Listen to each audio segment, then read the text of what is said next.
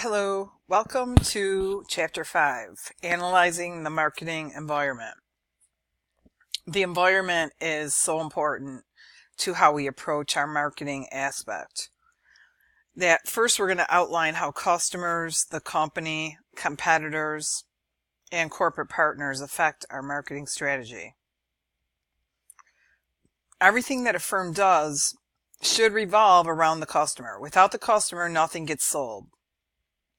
So firms must discover their customers' wants and needs and then be able to provide a valuable product or service that will satisfy those wants and needs.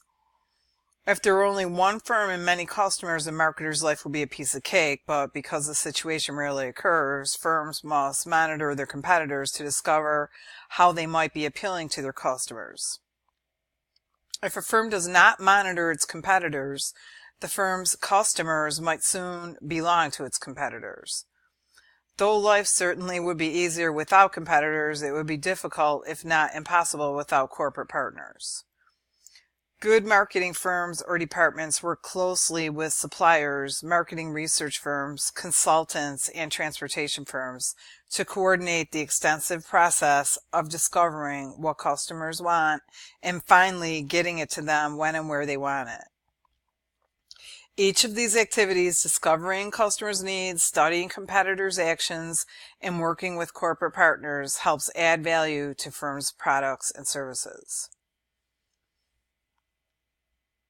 And then we want to explain why marketers must consider their macro environment when they make decisions. What are the chances that a fast food hamburger restaurant would be successful in a predominantly Hindu neighborhood? Not good, because marketers must be sensitive to cultural issues to be successful, and they must also consider customer demographics, age, income, market size, education, gender, and ethnics to identify specific customer target groups. In any society, major social trends influence the way people live. In no other time in history has technology moved so rapidly and had such a pervasive influence on the way we live. Not only do marketers help identify and develop technologies for practical everyday uses, but technological advances help marketers provide consumers with more products and services more quickly and efficiently. The general state of the economy influences how people spend their discretionary income. When the economy is healthy, marketing success comes relatively easily. But when the economy gets bumpy, only well-honed marketing skills can yield long-term successes. Naturally, all firms must abide by the law, and many legal issues affect marketing directly. These laws pertain to competitive practices and protecting consumers from unfair or dangerous products.